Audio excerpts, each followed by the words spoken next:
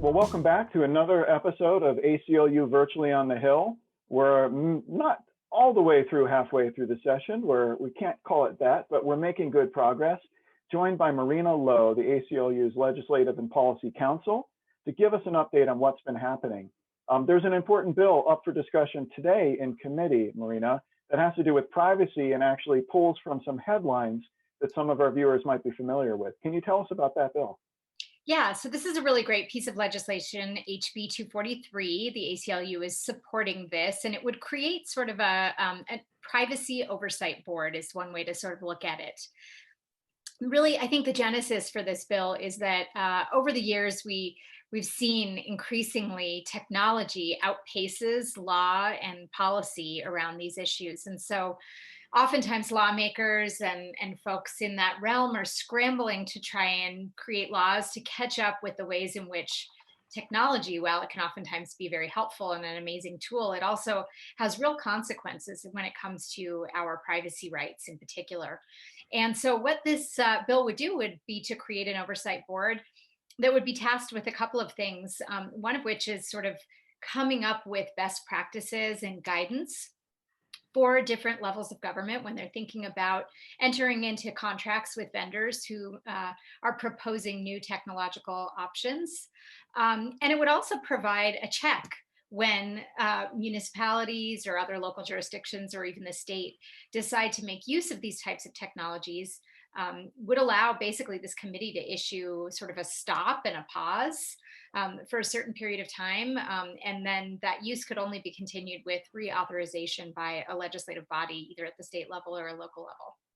Wow, so quite some power invested in this committee, really in a watchdog role. Would it be housed in the auditor's office? Is that where it would presumably be? Yeah, that's right. And I think that makes a lot of sense. We just saw a report come out of our auditor's office actually looking at some privacy concerns, in particular related to a company called Banjo, whose services were used by the Attorney General and made some splashy headlines in the past few years because of concerns around privacy and other related issues. And so I think it really does make sense. The auditor's office, I think, is somewhat of a neutral, objective office for this committee to reside within. And then the actual makeup of the committee will be decided, but there are certain categories of individuals that will sit on this board, drawing from a really interesting range of subjects. You've got data privacy experts, you've got tech experts and folks who have a real understanding of artificial intelligence. And then you have folks like, groups that are working on issues like we are, looking at civil liberties and the privacy concerns of individuals. So I think it'll be a really great cross-section of people who are able to give their expertise and really weigh in and give some guidance to the state in deciding which technologies to use moving forward and which ones are in the best interest of Utahns generally. Well, this is great. We've been talking about issues like this and solutions like this for a long time, and to actually see a bill encapsulate this almost technocratic group of experts who aren't going to be dazzled by the sales pitch from these companies, but can actually, look beneath it and kick the tires, so to speak, and see if this actually will work. The sponsor of the bill is Representative Francis Gibson. Am I right in thinking that he's the majority leader in the House Republican caucus? That's right. Yeah. And, I think his interest was piqued on this issue. He made quite a few statements on the record concerned when Banjo, the group I mentioned before, came before the legislature seeking an appropriation. And so it's not surprising to see his desire to sort of dig in on this issue. And I think this is a really creative and useful way to approach this issue, not just focused on Banjo, but rather setting up a structure for long-term review of each new additional technology that emerges. And I hope will be viewed by the legislature and other legislative bodies as really a helpful place where they can go to have issues vetted that are oftentimes incredibly complex. Some of these technologies certainly are way above my pay grade. And so having a group that can really dig in and provide some meaningful response and overview, I think will be very, very helpful. Fantastic. So that's HB 243 up for its first committee hearing this afternoon. We'll have to see what happens. Let's move on to another bill that some would call a common sense reform. That would be HB 203 from Representative Brian King. It would actually make the deadline for returning your mail-in ballot not the day before Election Day, which it's often been, but actually the Tuesday of Election Day. It almost sounds like it's too good to be true or too simple. Does this bill have a chance? Is it something that other people are also interested in? I hope so. I think it makes a ton of sense, and it really would ease confusion around voting to move that deadline. I think, for example, when we file our taxes, you can do that on tax day. You don't have to get them in the day before. And so I think it's really confusing that you can actually vote in person on election day, but for whatever reason, arbitrary or otherwise, you have to postmark your ballot the day of. So we don't want people showing up at the polls on election day with their ballot, or sorry, not at the polls, but at the post office on election day and being turned away and told, sorry, you needed to have that postmarked yesterday. Just doesn't make a ton of sense when the deadline is and should be election day. I think some of the county clerks are in favor of this bill. Does that sound right? That this is something that those that are involved in day-to-day operations of voting think would be a good idea as well? That's what I've heard. And, this was implemented, I believe, during the primary election last year. But then for the regular general election, the date moved back to the day before the election. So I think with all of these moving dates and deadlines, I think there is a real possibility for confusion.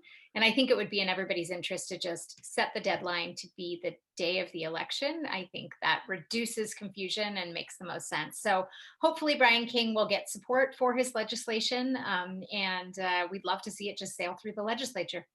I've heard the Procrastinators Caucus is firmly behind this, although they keep on forgetting to show up for the meetings. Let's move on to another issue that there's a lot of bills in contention this year, and has to do with the issue of bail reform. We saw a bill that was passed last year. Representative Stephanie Pitcher put through a bill that actually made some changes to the way bail is decided and how judges can make those decisions. That bill has just been in operation for a couple of months, but already there's some lawmakers and others who want to pull back on that. Can you tell us what the state of play with bail and bail reform is right now? Yeah, it's an incredibly complicated issue, and it's a hot topic this year for sure.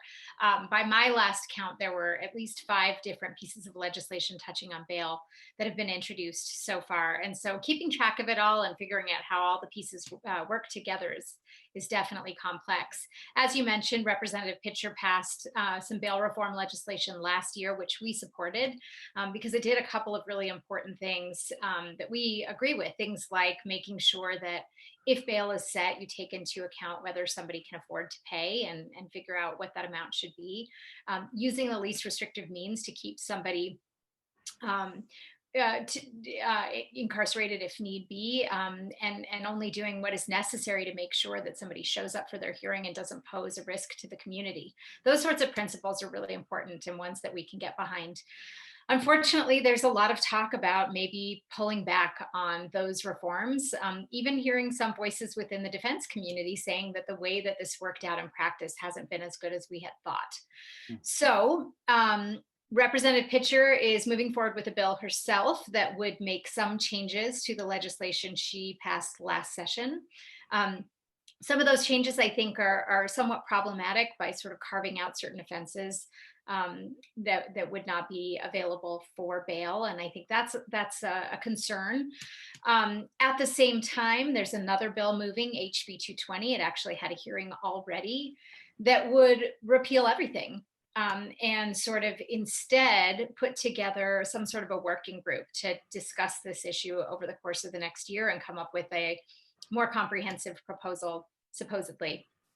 And then at the same time, we have at least 3 other sort of piecemeal bills that are moving forward that have 4, in fact, now that I think about it, that deal with certain subject areas, but would restrict bail with regard to those offenses. So things like DUI, rioting, Class A misdemeanors even. And so those bills are sort of chugging along as well. And we'll kind of have to see what happens, whether Representative Pitcher's bill advances along with these other piecemeal efforts, or whether there will be sort of a repeal of the legislation last year and a hold on all bail topics this year, with the idea that everybody sit down and try and work out a solution next year. Got it. Well, thank you for piecing that together. It is rather complex. I know the ACLU's position on this is that there are far too many people in detention for the simple reason that they can't afford bail. I believe it's called pretrial detention. A very high percentage, I'm thinking 60 or 70% of the folks in some jails are there for that reason. So we view this, I presume, as a kind of an equal justice measure that for many people, the size of your bank account shouldn't determine whether or not you stay in jail for what could be a crime that is not as bad as others think. That's precisely, yes, one of the problems that we have is that, if you have means, you might be able to get out and be released, even if you do pose a public safety risk. And on the other hand, if you don't have any money, then you're the one that might sit in jail endlessly. That does not comport with principles of justice in any way, shape, or form. So a lot of moving pieces with bail reform. We'll definitely be checking back in over the next couple of weeks to see which ones move forward and which ones move back. So thank you, Marina, for making the legislature make sense, at least a little more sense for us.